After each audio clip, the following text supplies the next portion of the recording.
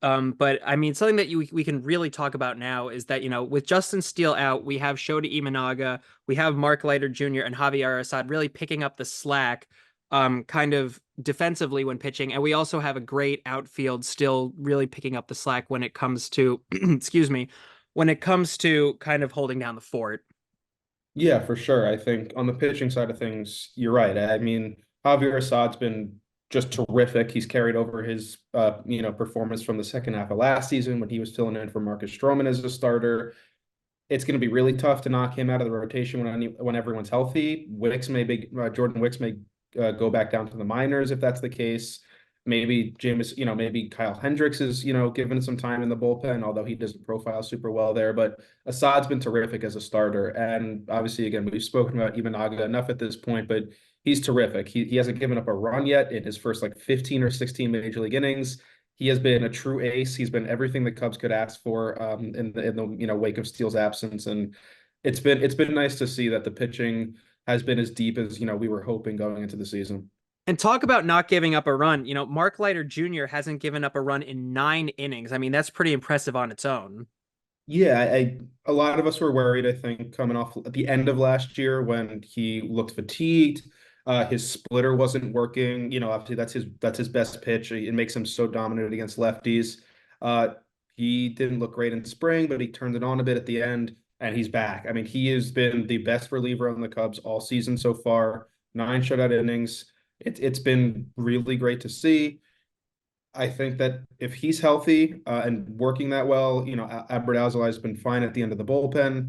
Had the blown save on opening day, but otherwise been good. The Cub bullpen can hold down the fort until Julian Merryweather gets back. And what we've seen kind of in these early games with the Mariners and the Padres and the Dodgers is that, again, we can hold down the fort. We can get runs in the beginning, and then once we get people like Mark Leiter Jr. on the mound, it's really just about kind of keeping things defensive, keeping things low and away, keeping things, again, making sure we don't get people even on base when it comes to the opposing team. So again, I think he really has improved from last season, and I think he has truly become even more of an asset to the Cubs.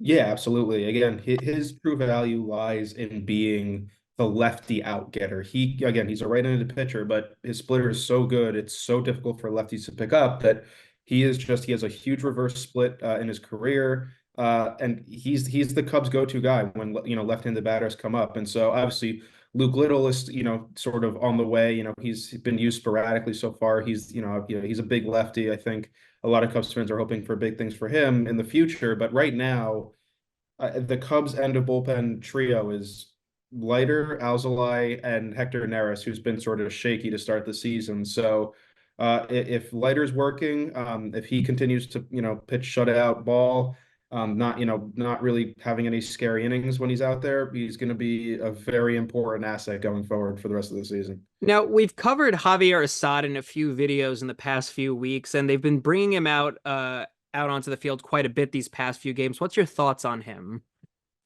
Yeah, listen, I mean, he's a great swingman pitcher. He's proven his value in the bullpen as a long reliever. I was sort of filling that Keegan Thompson role, who we'll get to shortly here, but I think he's pretty much proven that he's a starting pitcher going forward. He's given them length before, 7+ inning starts. He just shows up every fifth day, and he gets the job done. He pitches to contact. He's got a really deep 6 pitch arsenal, a lot of different fastballs, a couple of different breaking balls. It's just a valuable guy to have in the rotation, especially when you have a defense that's as strong as the Cubs is.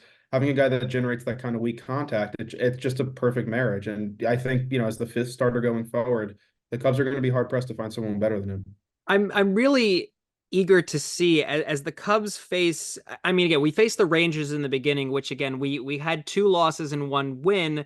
We didn't really see Javier Assad play at all. I'm curious to see once we face a few more teams that kind of made it to the playoffs.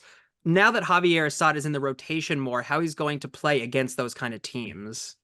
Yeah, that's a good point. I mean, his first start of the year was against the Rockies. I believe he started against the Mariners this weekend. So not, they're not lineups that can't produce runs, but yeah, you're right. I mean, he's got to face a team like the Atlanta Braves, to really see, I think, what he's cooking with. But again, he's a he's a pitch to contact kind of guy. He generates a lot of weak contact, and as a fifth starter, he doesn't need to be, Justin Steele or Shodi Managa. He doesn't need to go out there, throw 6 innings, 10 strikeouts every time. The Cubs just need five strong innings out of him, excuse me, and he's been more than consistent at doing that. So.